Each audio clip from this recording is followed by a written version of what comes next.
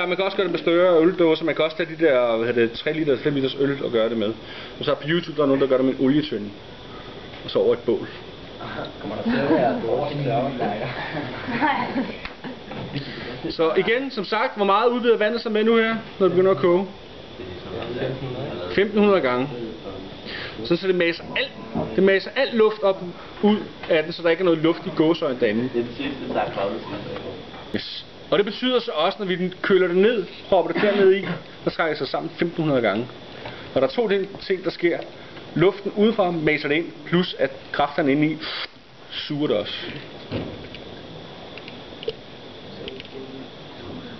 Som sagt, det er også et godt bevis på, at hvis man har taget for meget vand ind, så går der altså et godt stykke tid. Det bobler lidt, og det koger. Er vi klar? Vi siger 3, 2, 1. 1. 1.